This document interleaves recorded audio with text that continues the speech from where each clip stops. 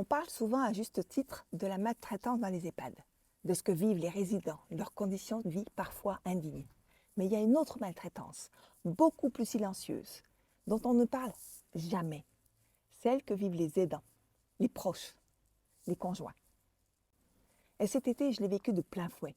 Et ce que j'ai découvert m'a bouleversée, m'a révoltée, m'a aussi appris beaucoup de choses que je veux vous partager aujourd'hui. Alors restez avec moi jusqu'au bout parce que non seulement je vais vous raconter notre histoire, mais surtout je vais vous donner des leçons très concrètes pour éviter de vous retrouver dans les mêmes impasses. Tout a commencé en juillet. Ma mère était épuisée, à bout de force. Elle portait son mari, mon beau-père. Mais ça faisait des jours, des semaines, elle n'en pouvait plus. À un moment donné, le médecin il a pris une décision en urgence, placer mon beau-père en EHPAD, en accueil temporaire, d'abord pour 15 jours.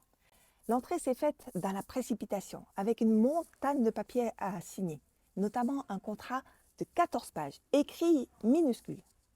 Forcément, maman, fatiguée, impossible de tout lire dans ce moment de détresse. Donc maman, elle a signé. Mais aucune copie ne lui a été remise. Quelques jours plus tard, l'état de mon beau-père s'est encore dégradé. À un moment donné, il a même été entre la vie et la mort. Donc forcément, l'accueil temporaire a été prolongé, d'abord de 15 jours, puis de plus d'un mois. Et c'est mon beau-père qui gérait tout. Donc petit à petit, avec ma mère, on a repris les choses, notamment la situation financière et les comptes. Et là, on a découvert donc non seulement le prix réel de l'EHPAD, plus de 2 500 € par mois, mais surtout la situation financière finalement du couple. Parce que mon beau-père, il n'arrêtait pas de dire « t'inquiète pas, je gère ». Il faut savoir que la retraite de mon beau-père, elle couvre, théoriquement, c'est possible de couvrir l'EHPAD. Mais en pratique, c'est lui qui payait toutes les charges de la maison. Résultat, ma mère, avec sa petite retraite, elle se retrouvait non seulement à continuer à assumer les charges qu'elle assumait jusqu'à présent, mais aussi à devoir assumer toutes les charges que mon beau-père assumait. Et ça, sans aucune aide. Devant cette situation, nous avons un peu voulu garder le contrôle et puis on a voulu être trop honnête. Donc, on a demandé simplement par un mail la suspension du prélèvement automatique de manière à que maman elle puisse gérer elle-même les virements en fonction des disponibilités. Et j'ai écrit 2 mails au directeur de l'EHPAD. Rien d'agressif, juste une demande de bon sens. Mais là, tout a basculé. Le directeur l'a super mal pris. Son ego a été blessé. Et donc, à partir de ce moment-là, ma mère et moi, on a été pris en grippe. Donc, non seulement il a décidé de ne pas renouveler l'accueil temporaire, mais il a refusé d'envisager un accueil définitif. Pourtant, l'état de mon beau-père le justifiait pleinement. Résultat, retour à domicile imposé.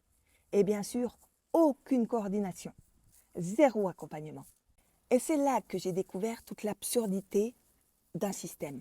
Un système qui calcule les aides uniquement sur le revenu imposable du couple. Donc parce que mon beau-père a une bonne retraite, l'EHPAD était considéré comme finançable.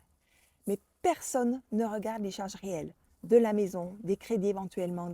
Et en fait, là en l'état, en l'occurrence ma mère, elle se retrouve seule à payer tout ça avec une retraite bien inférieure à tout ça. Aucune aide, aucune possibilité de demander l'obligation alimentaire des enfants. À un moment donné, on a voulu évoquer la mise sous curatelle. Pourquoi? Parce que mon beau-père, il est propriétaire d'une maison. Mais son état cognitif, il vacille en fait.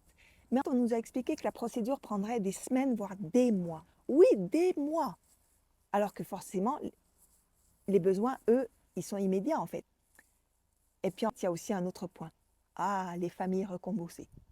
Les enfants de mon beau-père, eux, ils savent qu'ils vont à un moment donné hériter de la maison.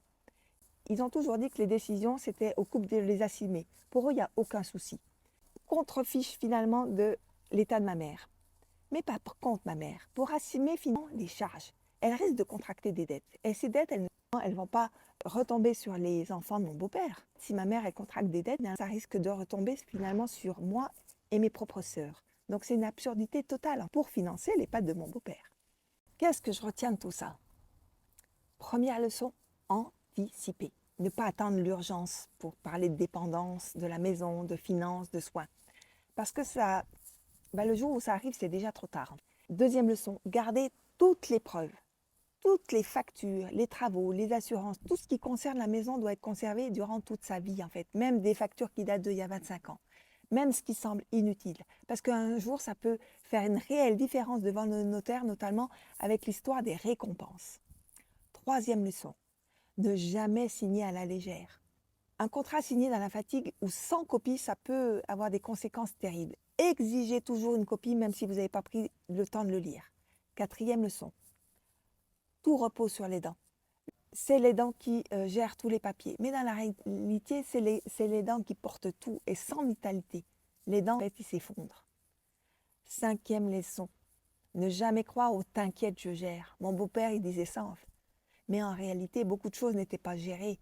Aussi, mais étaient gérées. Mais finalement, les finances dans ces générations-là étaient souvent portées par l'homme.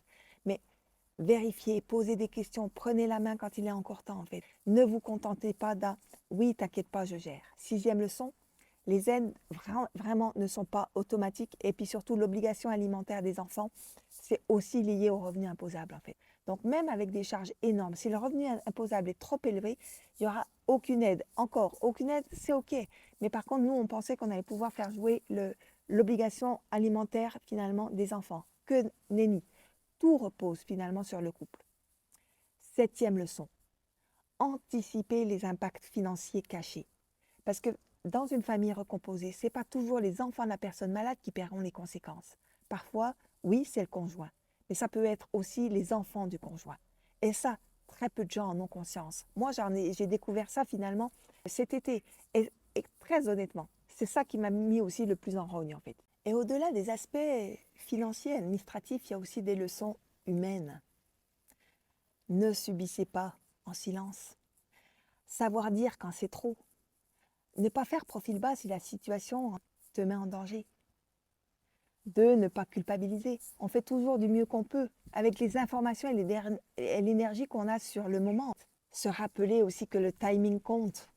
Lancer certaines démarches finalement plein de mois d'août quand tout tourne au ralenti, c'est un piège, mais d'un autre côté, on ne choisit pas quand on tombe malade.